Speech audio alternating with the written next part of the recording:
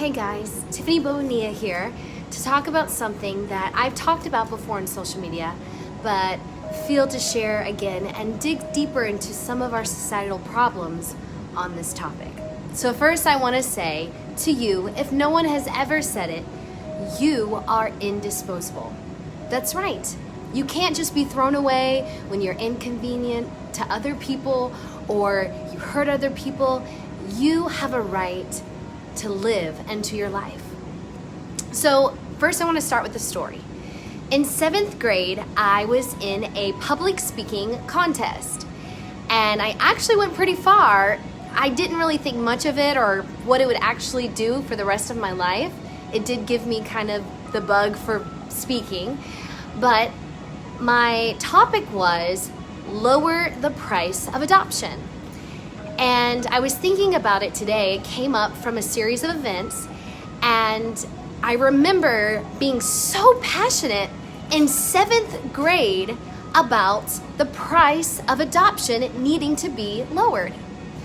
This was because my aunt and uncle at the time were not able to have children, and were very close to our family, and seeing the struggle and the heartbreak and then the disappointment when they went to try to adopt, the prices were just unbelievable. It was so disheartening. And so at 7th grade, I was bringing up this point that now 15 years later is something that still needs to be addressed. Why are you charging somebody so much money who's giving life and love and shelter to an unwanted child? See, I have numerous family and friends, different people that I know that want kids so bad but can't have them naturally. Why is this something that our society has not addressed? I think it's all connected to a very big main point. See, when it comes to adoption, when it comes to abortion, we get so sidetracked on the little issues or the little situations. We say, well, what about this and what about that? We get so distracted by these little what ifs that we miss the main point, the value of life. We miss the main point that we are never given the right to decide if somebody else has the right to live.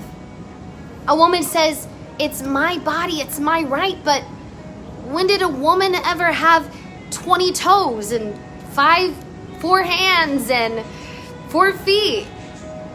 It's a separate individual human being within you, yes, and you are a part of its life in the beginning, but you are not the creator of life, no matter what circumstances brought this life into your life.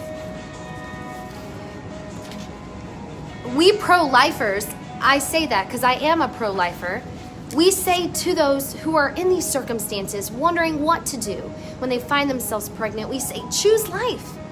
But I almost question that expression that can we give others the option to choose life for another life? I know that that whole expression and its intent is totally pure, but I think we still have to work on our mindset, our concept.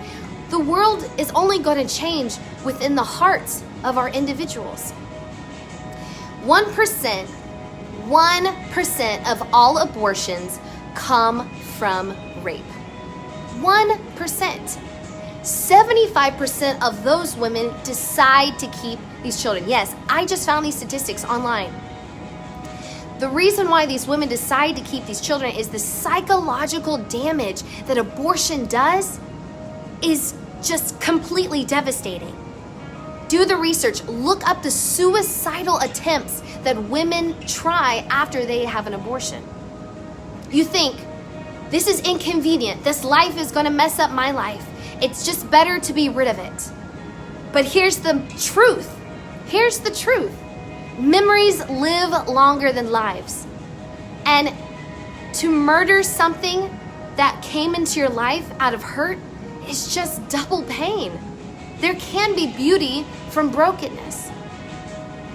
So today, the whole reason why I wanted to make this video is I was at the store, and when I walked out, I saw a little boy with a sign begging for money.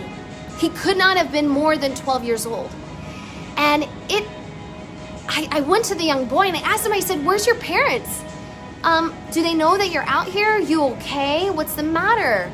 And I had a little conversation with him, just checking on him, letting him know that, hey, somebody's looking out for you.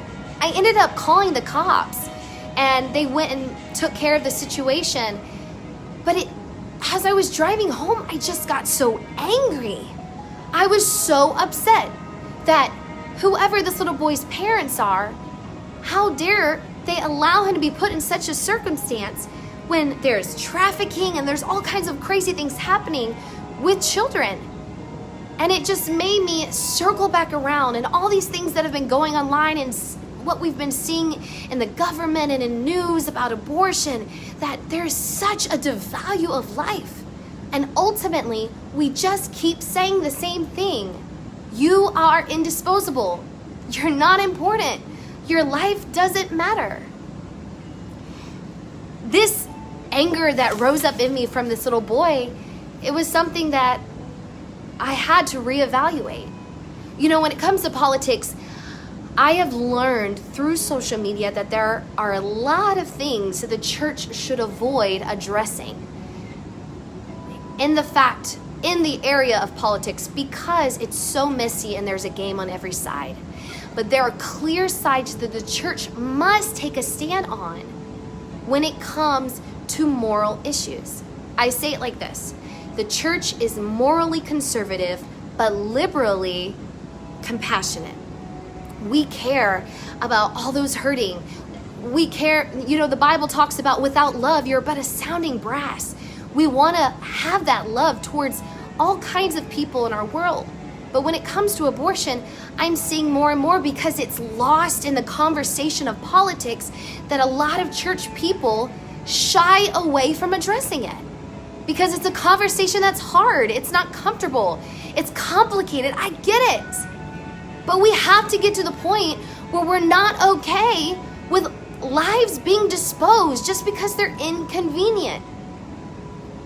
There has to come a point where you say, hey, I'm not okay with that.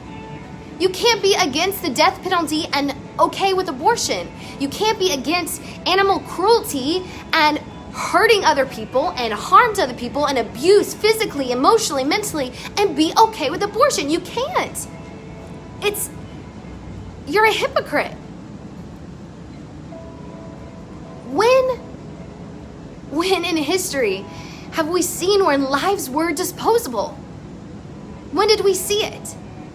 And every time, if you look at the Jews, if you look at the African Americans, if you look at a group of people or a group of lives that society said, you weren't worthy, what happened? Society got a reality check and we came back and we said, hey, that was not okay. We have to change our laws. We have to change our behaviors. And ultimately, this is what needs to happen when it comes with abortion. The church cannot sit idle. I know we want to be peacemakers. I know we don't always have the right words to say. We don't know how to address every situation. But ultimately, we have the Word of God. And we know that God values every life. He creates every life. No matter how it comes to be or how it is conceived, it is not indisposable. There are other options. I will tag New Beginnings and their Be Brave campaign in this video. If you are a lady who is currently pregnant and you're contemplating an abortion, or a man who is connected with a woman that is considering this option, I implore you, consider adoption, consider parenting. There are less painful options. There are options for hope from your devastation. So thank you guys just for checking in. Again, I just remind you, you are indisposable. The life within you is indisposable, because we have life after this life. Thank you guys for watching. God bless.